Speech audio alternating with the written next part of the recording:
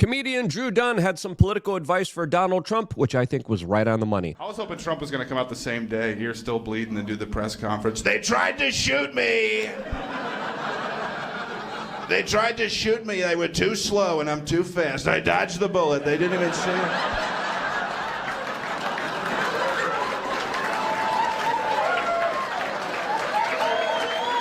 I saw it coming from so far away. It was like the Matrix. It was all in slow motion. Call me Neo. I'm the chosen one. Will Neo be successful against the Borg and the machines? Well, time will only tell, as of course there's a lot of really weird, suspicious things happening in between now and November 5th, as we just got some very interesting information about the Trump task force that is investigating the major attack against him, as now we're finding out that the intel agencies are, of course, dragging their feet and doing everything in their power in order to make sure that we don't get any legitimate real answers here. All of this as we have more shocking, surprising news from the family of the assassin that have just hired a major powerhouse criminal lawyer. What's really going on here with this particular case? Well, let's be honest here. There are a lot of establishment mainstream shenanigans afoot here, as of course the system is very nefarious. It is also very petty, as we just found out, as Secret Service protection has just officially been ended for RFK during a very tumultuous, crazy election cycle where, of course, the former president of the United States almost lost his life. As we also have to remember here, the Biden-Harris administration denied 5 requests by RFK Jr. for Secret Service protection previously beforehand. He had it for just a few days, as they now stripped it away from him, as he is still running for the presidency of the United States, only, of course, withdrawing from the key battleground states in order to, of course, give an advantage to Donald Trump.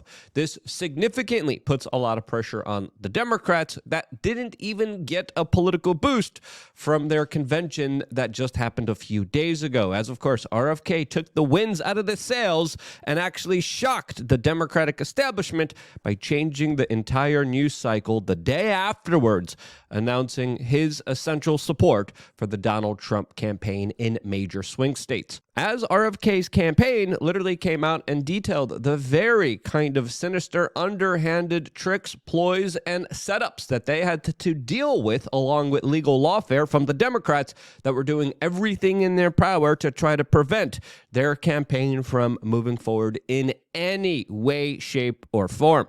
I think that's one reason out of many reasons why RFK and his campaign decided to, of course, support Donald Trump in these key particular swing states, as well as the fact that, RFK lost his father and his uncle from what he believes to be larger deep state intelligence agency actions against his family that, of course, took the life of JFK and RFK just a few years ago, as, of course, the two represented a disruption to the larger political class that I think it's fair to say the system really didn't like. Now, if I'm RFK, personally, I wouldn't trust the Secret Service as well, as, of course, they are now being personally investigated and being accused of dragging their feet. As today, we are finding out that multiple Secret Service agents have been put on leave, as the task force that is in charge of finding out what actually happened when Donald Trump almost lost his life is now headed to Butler, Pennsylvania, where conveniently the FBI power washed the scene, while also very conveniently cremating the remains of the assassin, which, of course, prevented any kind of further investigation or research into the exact person and his larger motives to why this actually happened. Now, of course, I have my own speculation to why all of this happened that I'm going to be sharing at the end of this video, and what would have been the plan if the plot was, of course, successful, and how, of course, it would have been carried out. This has Democrats and Republicans, a part of this bipartisan task force, are demanding answers which they are accusing the Secret Service of slow-walking information about. The Speaker of the House, Mike Johnson, is saying that he is confident in this task force and that they are doing, quote, a great job, as they're raising some very serious kind of issues and concerns here. As U.S. Senator Ron Johnson literally took to Fox News and accused the FBI and Secret Service of stonewalling the investigation here and denying proper facts from being attributed here so people could actually know what in the world happened here. Committee. All I can really tell you is the Secret Service, FBI are basically dragging their feet. They're stonewalling us. We've gotten some transcribed interviews, but the documents we request are heavily redacted. They're delivered, the day of the interview, so we really can't use the documents to conduct the interviews effectively. So we're not getting squat from my standpoint from the Secret Service or the FBI. We've requested all their 302s, their transcriptions of their interviews with hundreds of individuals. They're not turning those over to us as well. So, Maria, if you want to design an investigation to raise suspicions and drive conspiracy theories, this is exactly how you do that investigation. I mean, I was, it's just jaw-dropping that they released the body for cremation before anybody's seen any autopsy or toxicology reports. Again, it's just driving suspicion and conspiracy theories. And how can you not be suspicious of an entire administration that, of course, is covering up what's happening here? Why are you redacting information that you're handing over to, of course, sitting members of Congress and a part of the U.S. Senate? Why are you denying information? Why are you keeping it to yourself instead of giving it to the people who are supposed to find out, that we hired, that are supposed to represent us in public office to find out what actually happened here? It's almost as if they're doing everything in their power in order to obfuscate that, because the truth of probably what happened here is far more sinister than a lot of people even could potentially think it is. As this is major news, this is important news, as of course they're probably stonewalling it for a good reason. That good reason probably is for their own benefit, as it either highlights two larger possibilities here. One, that they were absolutely idiotic and incompetent, and again, that's a small probability here. Or two, looking at the overwhelming amount of coincidences here, they are complicit in the larger attacks against the former president of the United States. And with already a lot of the legal lawfare that has been exhibited against the former president of the United States, the larger kind of attacks through the media, through the judicial system, through, of course, the court system, through the court of public opinion, all time and time again have failed. Donald Trump still is going to be sentenced in just a few days from now. He still might end up in jail.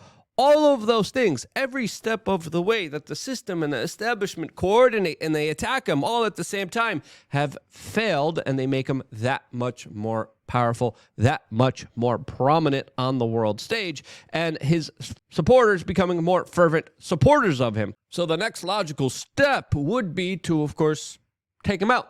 And I think, in my own personal opinion, that is what was going on here. And even though we don't have the direct proof and evidence to, of course, prove that, there's so much circumstantial things adding up that have essentially built up to a huge mountaintop of a larger conspiracy unfolding here, with now the cherry on top being them covering up what actually happened here, denying documents, denying information to members of Congress that are supposed to find out what in the world is going on here. As Mike Johnson says, they've been digging in, getting the answers and requesting documents. They have been slow-walked, so that's the concern. So we're pressing go to get the answers to the American people, said the speaker. As of course, let's be honest here, if we really had a real legitimate system, the people right now that are denying information, that are slow-walking it, that of course are redacting information so we don't actually get answers here, those are the people that should be held responsible for their actions now. Those are the people that, of course, should be made public. Like, hey, that's the guy right here that's trying to make sure that you don't find out what is really going on here. And if you're a member of Congress, a part of this committee, a part of this investigation, you should say, hey, this particular government agency with this particular action is doing this to obfuscate larger answers for the general public. As of course, July 13th was the attempt on Donald Trump's life, and we are now in August 26th, more than a month, and we still don't know what transpired here, how it transpired, and more importantly, why it transpired. What was the larger motivation here? As of course, still, so many questions remain. Still, we are left with a mystery to, of course, make up our own conclusions to, since, of course, the federal government is doing everything in its power to prevent you from actually finding out the truth here. What's the truth? I don't know. I have my own assertions. I have my own opinions. Will this congressional trip to Butler, Pennsylvania make any kind of significant difference here? Well, we're going to see. As, of course, the FBI agents literally washed everything away. And a lot of people within the establishment are trying to blame it as a security failure, which is, to me, a nonsensical explanation to what actually unfolded here, because there's no way the stars somehow aligned and so many coincidences just on top of one another. So many failures after failures after failures happen here to the point where it's just ridiculous to think that this was some kind of coinkydink. No fricking way. No way. You're telling me you had about 20 failures every step of the way here? No. That just doesn't make logical sense, and it's impossible to fathom. As, of course, agents who failed that particular day are still working at the Secret Service. They're still getting paid through your tax dollars, but now they're in a, quote, administrative role as this investigation, of course, continues. As, of course, there's no way that a crazy lunatic, especially on top of police headquarters, a man who, of course, trained with DHS agents in the same facility, was able to get 8 shots off at the former president of the United States. 8. As many people in the establishment are now trying to somehow blame foreign entities for what happened here, which, of course, would be convenient to an ever so aggressive geopolitical situation that the United States is dealing with, especially in the Middle East right now, as some people are saying that this was just a lone wolf. This was just a crazy guy that was able to figure out extremely sophisticated actions, literally having detonators, literally bypassing and beating out the national security state that, of course, is ever so hyper paranoid and insecure to the point where they literally track, trace, and database every single thing you say and do online.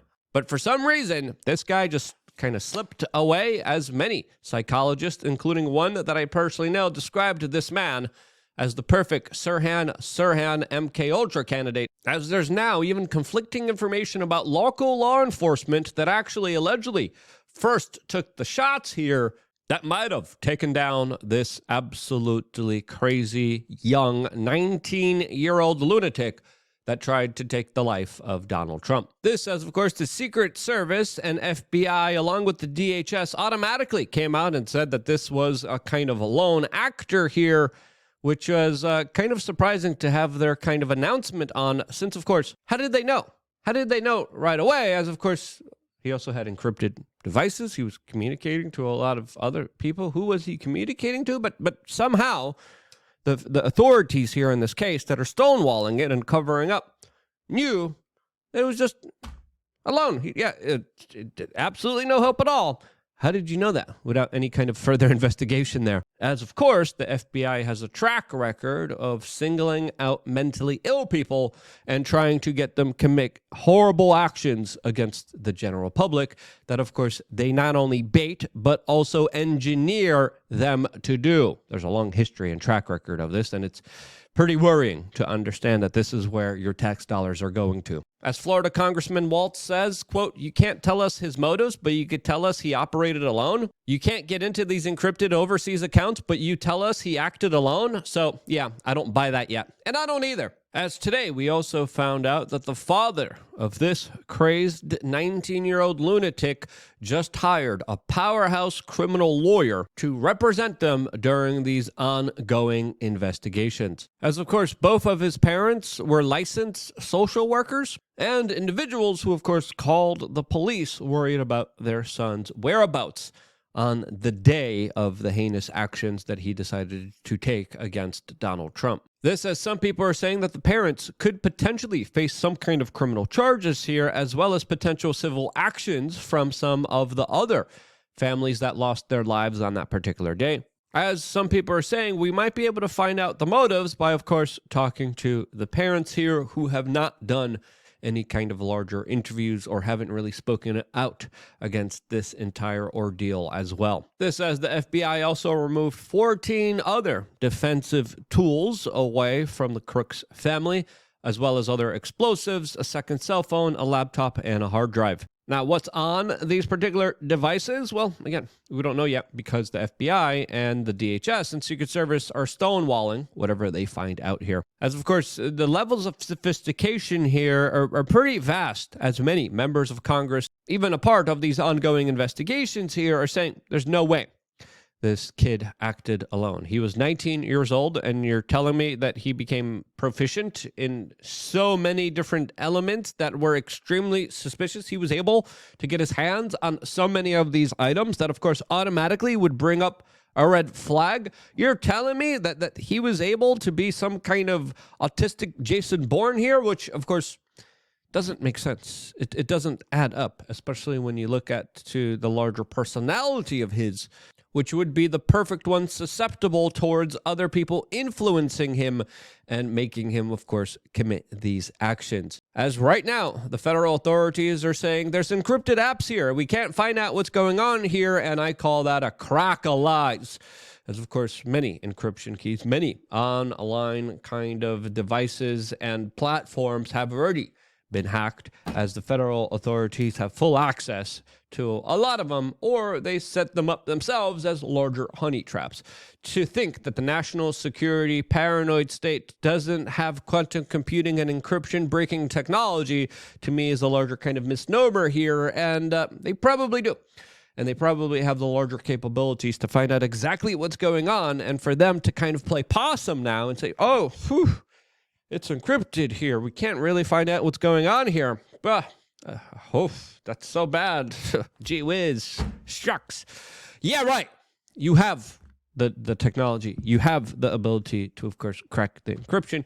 You have the ability to find out what's going on here. You track, trace, and database every little single thing that all of us do. And you're telling me that you somehow missed the marker here. I don't buy that. I don't believe that at all. As of course, there are larger attacks against platforms like we saw yesterday with the arrest of the Telegram CEO, and we see how they operate. We saw how they operated with LavaBit. Edward Snowden encrypted email accounts that, of course, the federal intelligence agencies got into by force many, many years ago, highlighting how, again, nothing is safe from the national security state, unless, of course, it highlights them playing some kind of central role here when it comes to obfuscating the truth of potentially their larger involvement here.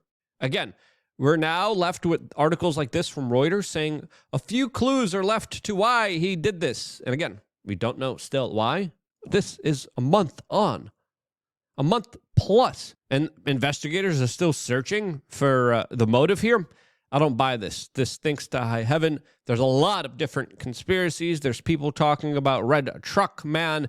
There's people talking about other individuals being involved here. And again, we're left to speculation because the federal authorities are absolutely awful at even trying to find out what really is going on here, since, of course, they probably were complicit. Now, you add that to the fact that Donald Trump just teamed up with RFK Jr. and announced that they're going to be a part of a task force that is going to be releasing secret documents surrounding assassinations, particularly around RFK's father and uncle, and, of course, Donald Trump himself.